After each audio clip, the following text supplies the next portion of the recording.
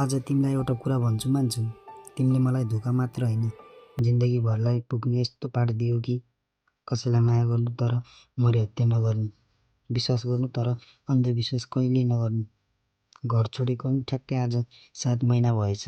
त्यति बेलासम्म न त मेरो माया लाग्यो न त घरको नि। ह्या छोरा, आफ्नै कुखमा 9 महिनासम्म राखेर पाएको छोराको नि माया लागेन है तिमीलाई?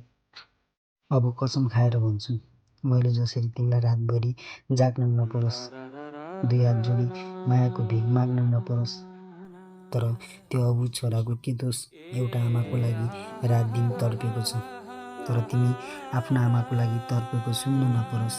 समयले मलाई धेरै कुरा सिकायो, तर के गर्नु, समयमै सिकाएन। यदि समयमै सिकाएको भए सायद आज यो दिन आउने थिएन। अब छोराको कुनै चिन्ता लिनु पर्दैन, जसोतसो राम्रो मान्छे बनाउने भागदौडमा छु। अब तिमी म रोएको हेर्नु पर्दैन, तर तिमी हाँसेको म हेर्न चाहन्छु। अनि एउटा कुरा, निधार चुम्ने बाहनामा ओठको खोजी गर्लान्, तर तिमी पाउ चुम्नेलाई सुम्पिनु आफ्नो जवानी। सक्यो। सागरको